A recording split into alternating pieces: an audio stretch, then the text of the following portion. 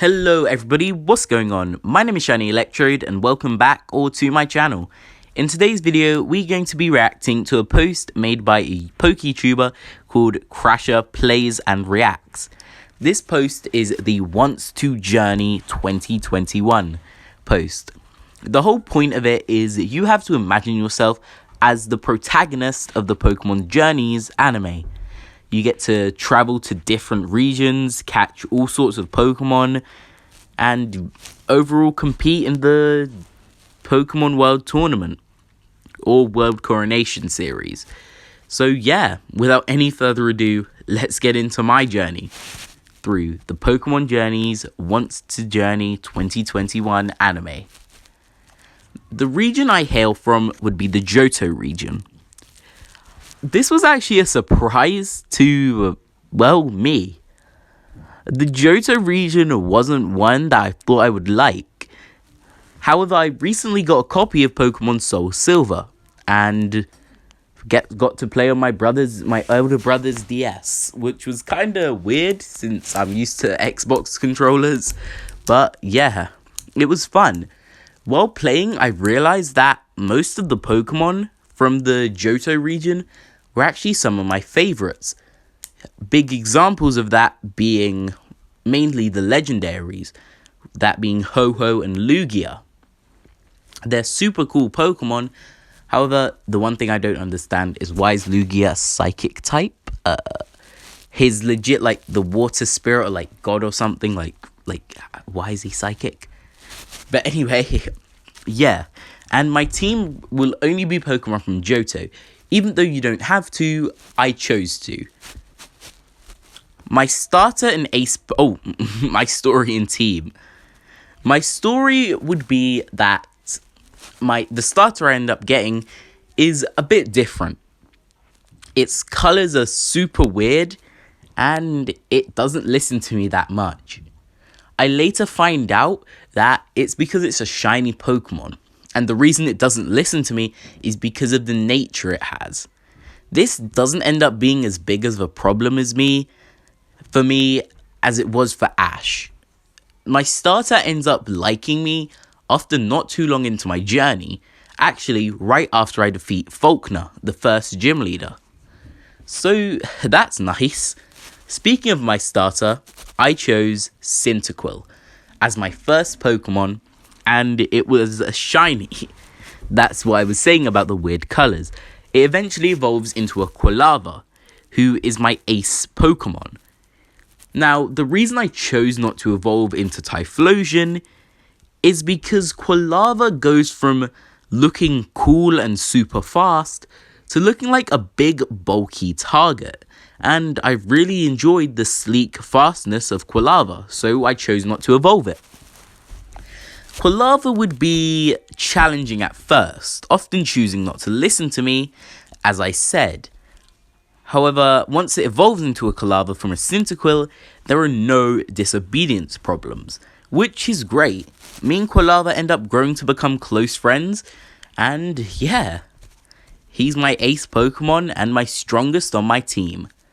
However, his strength is very nearly rivaled by my second Pokemon, Tyranitar. Tyranitar is the pseudo-legendary of my team, and at this point I should probably start explaining some of the rules Crasher made.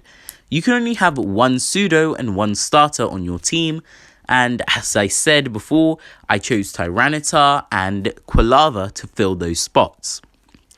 Well, the reason I chose Tyranitar is kinda weird. Originally, I didn't like Tyranitar that much. That's because I'd never seen a picture of it. It just been described to me as some sort of Godzilla T-Rex. However, the day I saw an image of Tyranitar is when Pokemon completely changed. My favorite went from being the classic Charizard to this monster. Tyranitar is epic, and because of how much I love it, since it is my favorite Pokemon, and I don't think that will ever change, I decided it would be the Pokemon on my team to have the ability to Mega Evolve. Mega Tyranitar would be insane. He would nearly never ever lose a battle. He would be so bulky and insanely strong.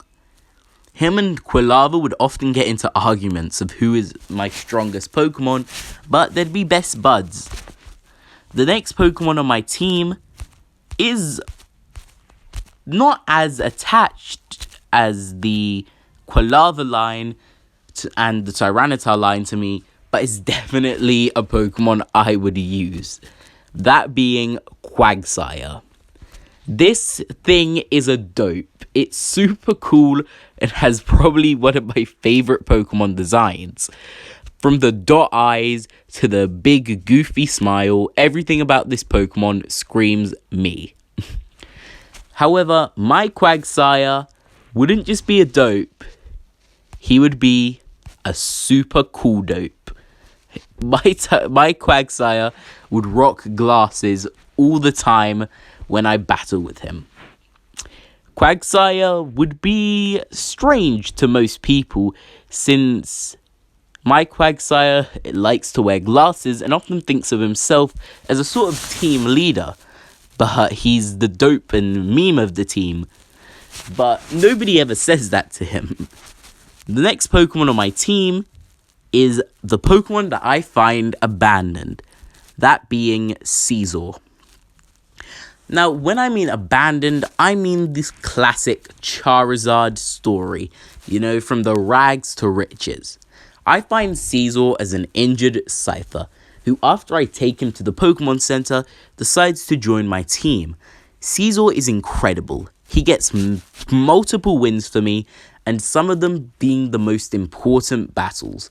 He wins me a battle against my rival, who, in case you hadn't caught on, chose Totodile as his starter, and he was insane in the Pokemon League, which we will get to. But yeah, overall, Scizor's a big team player and is incredibly strong.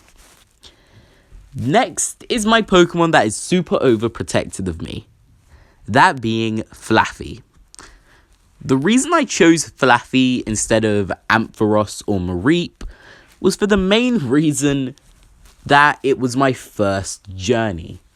And having an Ampharos, a Tyranitar, a Scizor, a Quagsire, and a Quilava would be a bit overpowered. So instead, I chose my lovable Flaffy. Flaffy is incredible in battle and never disappoints me. I find it as a Mareep on a ranch, and it's mainly a filler episode, but at least I get a new Pokemon added to my team, which is great. Next is the Pokemon that develops the most throughout the series, that being my Espeon.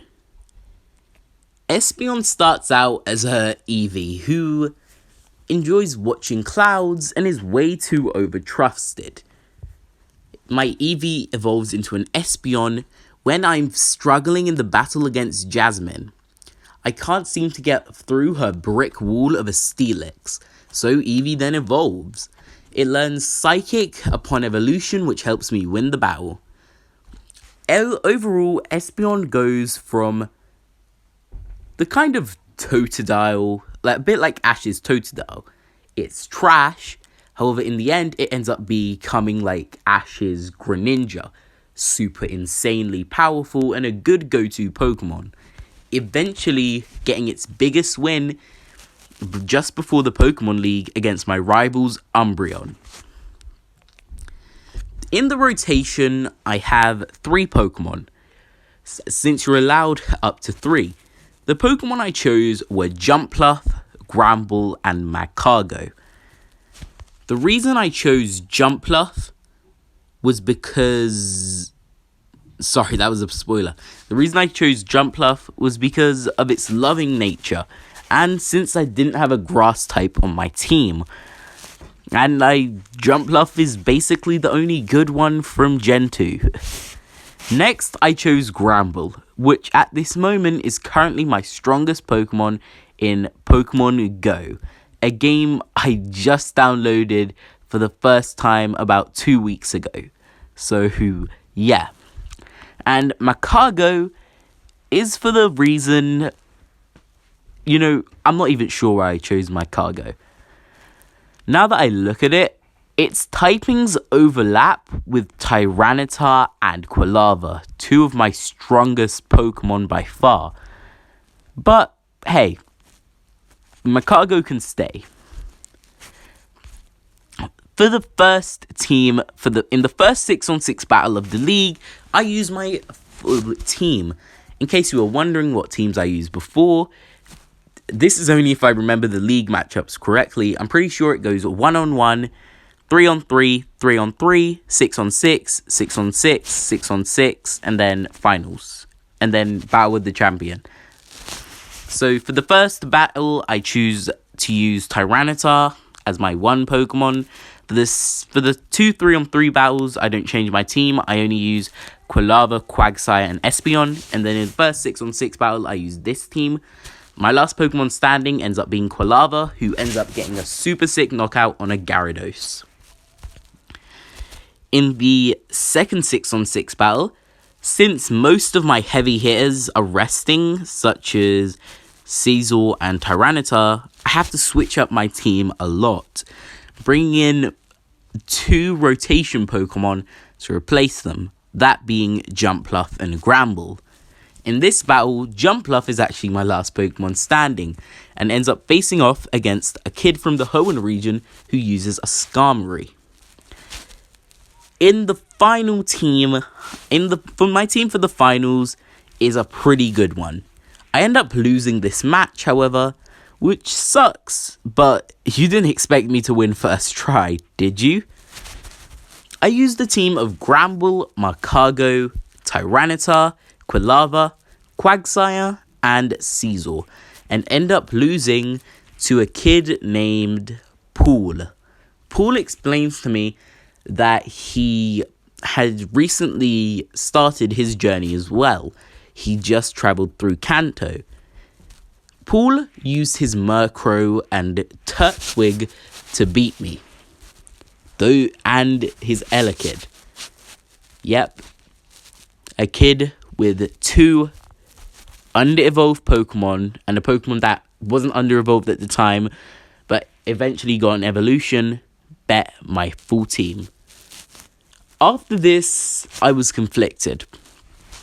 I headed home and rested for about a year. While resting, this was about the time Ash Ketchum had arrived in the Unova region. So yeah, in this time, lots happen, but most of them can't be shown in the Pokemon Wants to Journeys tag. I end up encountering Ho-Oh, who I battle with Quilava. I also end up encountering Lugia, who I battle with Quagsire. In this time, I also find a Mewtwo, who I don't get to battle since it runs away. And yeah. After this, I decide to head to Alola. The reason is that I heard Professor Kukui can help me find out why my Quilava is a different colour. If you want to see my journey and my team through Alola for the Wants to Journey tag, please comment. As always, it's been Shiny Electrode, signing off.